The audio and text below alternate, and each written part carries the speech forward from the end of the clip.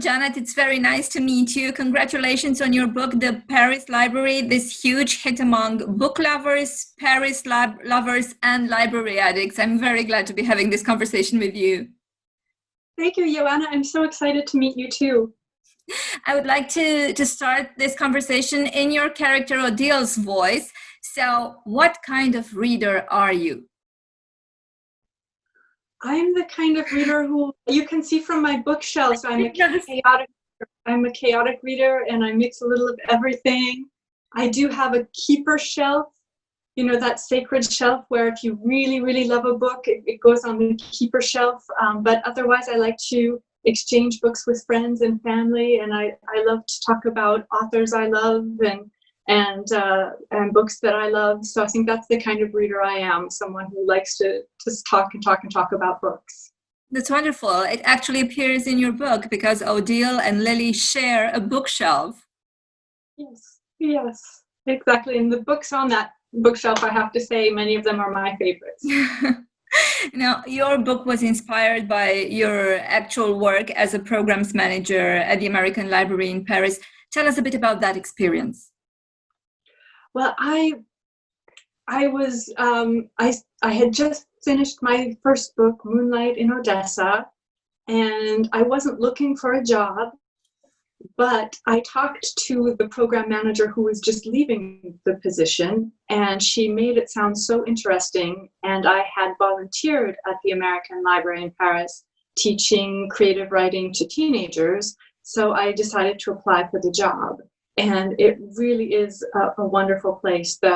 It's very international. I think 60 nationalities are represented. So people from all over the world, you have students, journalists, diplomats, zillionaires, they all kind of want to come and have a place that they can call home and hear what's going on. And I think they call libraries third places, so it's not work, it's not home, it's someplace in between where you can just relax and be yourself. And so it was really a wonderful experience every week to do what you're doing right now, which is to welcome an author and to talk about their book, to hear what they're working on or what their passions are. So it was really a wonderful experience.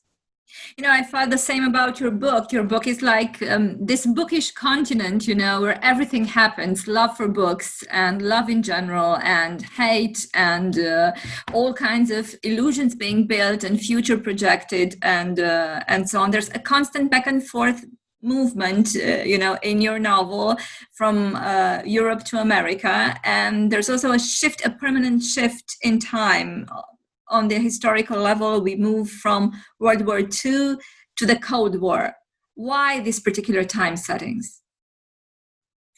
Well, I grew up in the Cold War, and I just remember feeling that there was a whole world of people I wanted to meet and places I wanted to go, and it was off limits. And when I was a teenager, I worked at a cinema, and the cinema had this red velvet curtain. Yeah. And so for me, in my head, the Iron Curtain got mixed up with that red velvet curtain, and I just kind of wanted to peek behind to see what that world was. And so my first book, Moonlight in Odessa, takes place in Odessa, Ukraine. I did get to peek behind that curtain. But growing up, there was always that uncertainty and that fear. And we see that same uncertainty and fear in the beginning of World War II with what they called the phony war or the drôle de guerre, where no one knew what would happen. Everyone was kind of holding their breath. It's a little like our situation now with the COVID, yes, where exactly. It's very, you know, we just don't know, and it's really a scary time.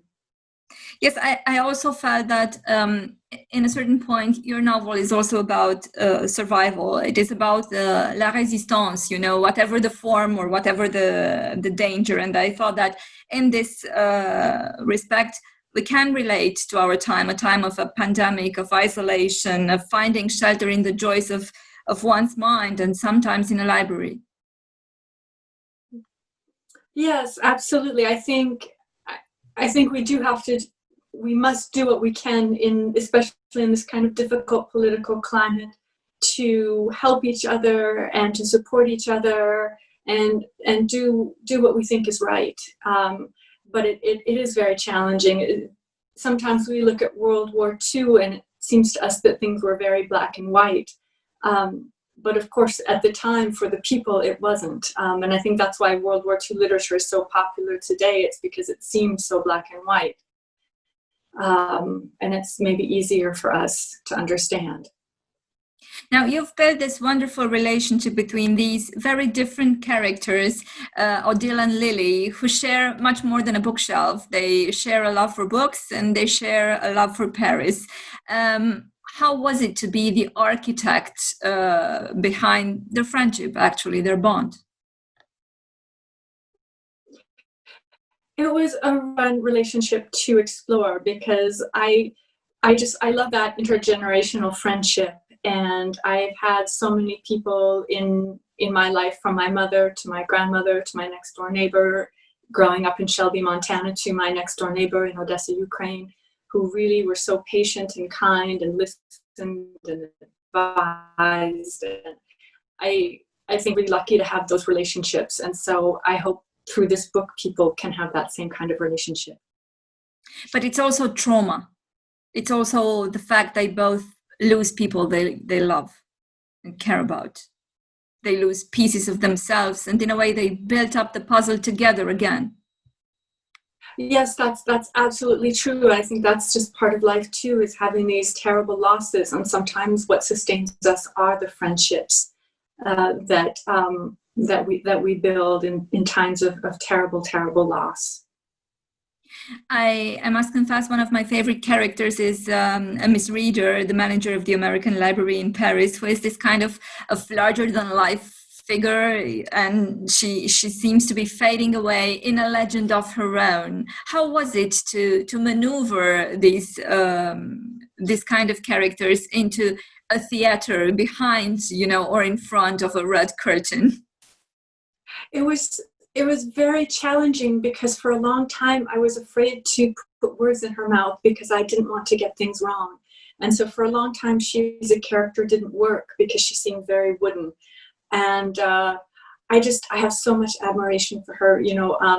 I think I mentioned in the afterwards, she went on to raise money for the Red Cross. She returned to the Library of Congress in Washington, D.C., but they sent her to Bogota, Colombia, where she worked. So she's in the 1940s, she's working on 3 different continents, which very few people today can say that they work on 3 continents. So she's just stunning. And she passed away quite young, but her colleagues in Bogota wrote this beautiful eulogy about her.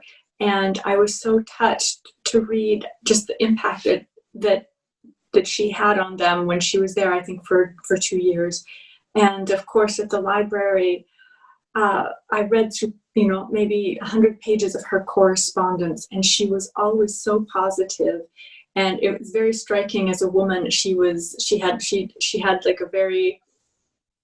tread very carefully. She was writing to all of these men saying, well, of course, you know what's best, but really this is what we should do. But of course you decide. So I think she walked that line very, very well. She's very diplomatic and very, very, but yet very firm at the same time. Which part of writing the book was the most challenging for you? I really think it was putting words into the mouths of real characters, because I was afraid of getting them wrong, or, I gave the book to Boris's children. Helen and Peter were real life characters, and I've corresponded with their daughter and granddaughter. And so you just want to feel like the relatives feel like, yes, this is my grandmother. Yes, this is my mother. This is my father. So that's what I'm hoping. I'm hoping that the families will agree. And I did receive a nice letter from Boris's son, which made me very happy. I think that's the nicest review I could ever receive. That's very touching indeed. Yeah, and I think it has a huge emotional impact and a huge responsibility for you as well. Yes, when you're writing about real people, it's very, very tricky, because you want to get them right and you want to do them justice. It appeared to me that your novel also speaks about women women throughout time, the relationship between them, their social status, their voices and their views on fiction, on education, on raising children, on morality, on marriage, or simply on staying alive. Was that one of your goals? Or did it just grow out of the blue as the novel developed in your mind? I think that those themes are always there because that's what we live with on a daily basis, this kind of juggling act that we must do, and how we're perceived, how we perceive others. It's very, very challenging. I would like to, I think we should mention the name of the translator as well, because as hard as it was for me to write the book, it was probably even harder for her to translate, because translation is an art. It really is. Indeed, and Simona Săsărman did a wonderful job in this version of your book, which appeared in Romanian by Litera Printing House. I must say, is a joy for every reader, I think, and the story just flows. I mean, it is indeed. We have to thank her for having the book as well. Yeah, exactly. If you enjoyed the book, it's really thanks to her. She just must have done an absolutely fabulous job. Now, since you've mentioned that and you've mentioned translation, there is this recurrent motif in your book that I really loved. Words have power. It's a very strong message, and I was wondering whether dismantling cliche and prejudice and starting a conversation about the way in which words and labels can actually, willingly or unwillingly, hurt people was part of your intention. Absolutely. I think it was very hard for Odile to be by herself, to be known as the war bride. It wasn't positive or negative, this label, but it was a label. And I did a lot of research on war brides, and it was absolutely fascinating. And I just think it was so hard for them to give up everything and to leave everything behind, because after World War II, they didn't know if they'd ever be able to see their loved ones again or return to their home countries. And they also didn't know very well the men that they were marrying. So I have a lot of admiration for these war brides. And I think later on with Lily, she had such a hard time in high school. And so that's why one of the things, Odile was such a refuge or a solace for her. And of course, in high school, that is when labeling really gets going, with being the smart one or the shy one. And I think sometimes it's very hard for people to move past those labels. Maybe that's why people go away sometime, to kind of try to start over. It's the same with Margaret in a way. She's terribly hurt by a label, by words, and this pain translates finally into real pain, into real life trauma. Yes.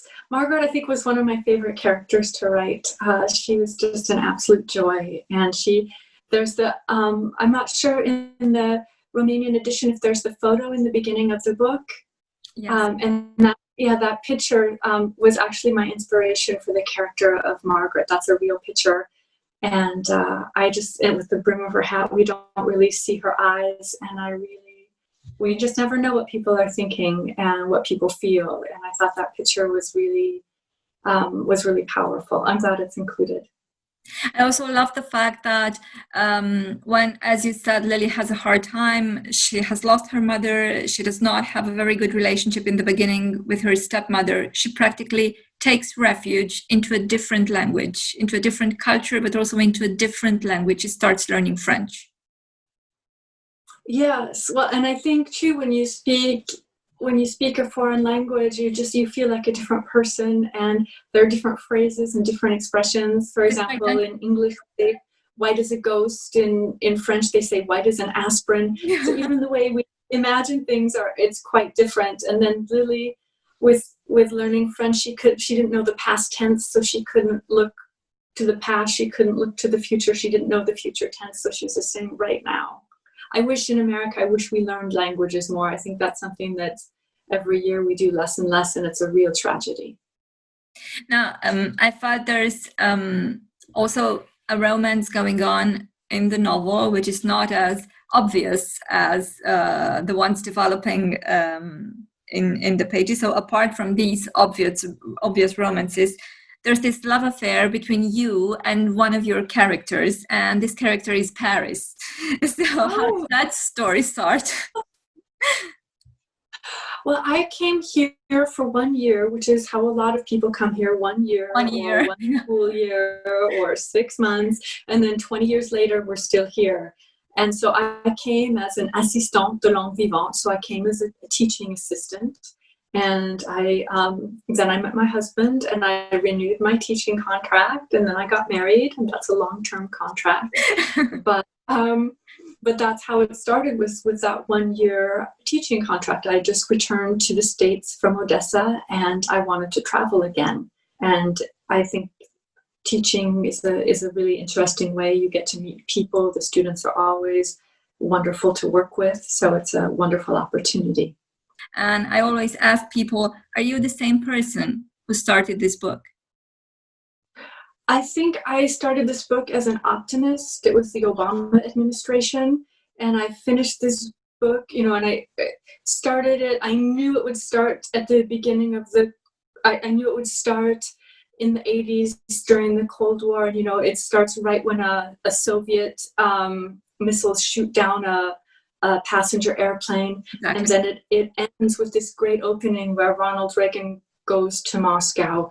And so there's a feeling, I knew the beginning and the end before I wrote the book. So I was going towards this opening and towards this optimism and this feeling that the Iron Curtain would come down. And I feel like it's gone right back up. So I feel like I am a different person, but not because of the book, but because of what's going on in the world. Well, I think your book does function as a refuge for many of us. So thank you very much, Janet, for this story, for the way you actually melt into it and you allow us to discover what shelf we really are and to build a shelf of our own. Oh, well, thank you so much for your brilliant questions. It was really wonderful. And I do hope that readers will absolutely fall in love with the book. And the Italian agent who sold the book actually came to Paris and visited the library. So I'm hoping it will inspire people to maybe look up Miss Reader on the internet or look up at the library, because it's a very interesting history. Well, I definitely did put the library on my list. So next time I'm in Paris, I'll sure come visit. Okay, yes, and let's have coffee. Excellent. Thank you so very much. It was lovely meeting you. Lovely meeting you too, Joanna. Thank you. Thank you. Goodbye. Stay safe. You too. Bye-bye.